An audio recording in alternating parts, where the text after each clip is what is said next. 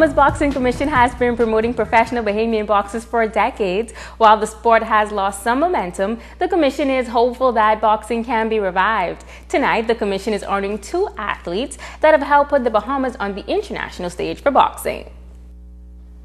The Bahamas Boxing Commission visiting the Minister for Grand Bahama to discuss the future of boxing on the island.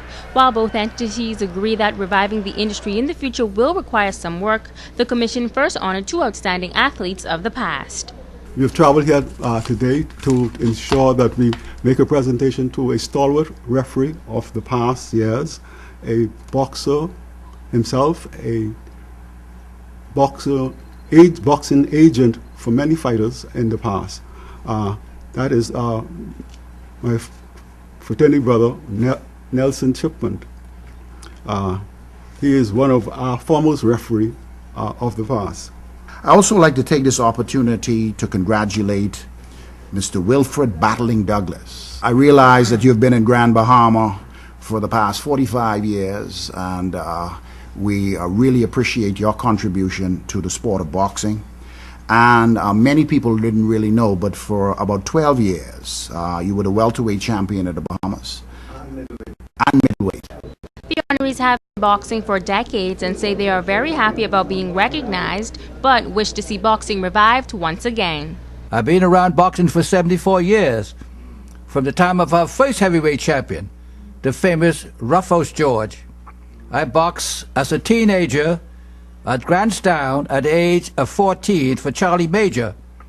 And I'd be around the boxing until boxing retired me. I didn't retire from boxing. They retired me because I couldn't get up in the ring. Everything said and done was beautiful. And I'll do my best to help keep these young boys them off the street. If you need me, call me.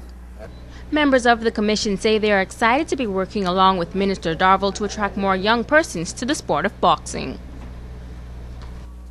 The Freeport Rugby Club in action this weekend in a Bahamas match as the Cuckoos came to town. Action kicked off at 2 p.m. on Saturday at the Freeport Rugby Club field, and what a competitive match it was. At the half, the Freeport team was struggling, and coach Nigel Kirkby wasn't a happy camper.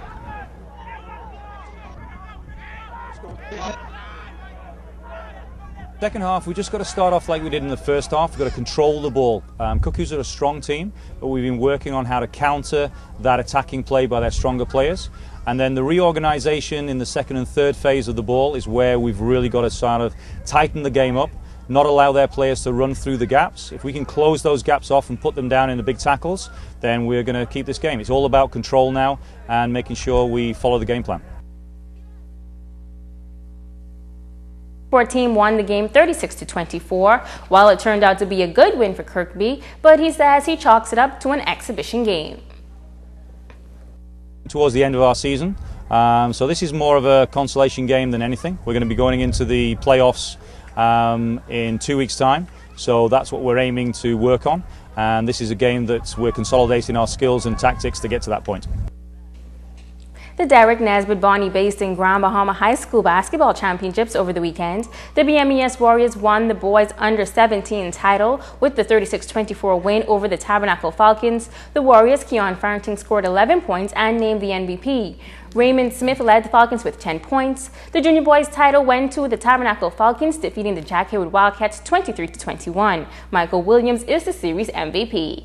The Lucayan International Buccaneers now hold a one-game lead in the junior girls series with the Tabernacle Falcons. The Bucks' Charlotte Craig scored 15 points in the 16-8 win. The Grand Bahama Amateur Basketball Association weekend scoreboard. The Bonnie Stingers held off the Men of Honor 74-56, with Latrell Poitier leading the Stingers with 22 points. Miko Green scored 16 in the loss. The Ferguson Cutters put away the Reese's Cafe Ballers 81-60. Vance Barr netted 19 in the win. Amato Hepburn with 14 in the loss. The Grand Bahama Shipyard Cruisers bagged the Mega Hit Stars 79-70. Anton Thompson put together a 23-point ball game. Clemente Martin 21 for the Stars. Now scores from Bimini basketball action at the Gateway Arena. The Thirsty Turtles' Jonathan Bowleg scored 25 points to defeat the Bimini Sands Braves 68-58. Stephen Sweeting had 18 points for Bimini Sands. In the second game, the Poggy Bay Tigers clawed past the Davis Landscapers 65-63. Top scorer for the Tigers was Kurt Ramsey with 22. Tyrone Moss with the 22 Landscapers. Playoff starts tonight. Best of 3 games. Bimini Sands will play Poggy Bay Thirsty Turtles. Will play the Landscapers at the Gateway Arena. And that was your check on sports for tonight.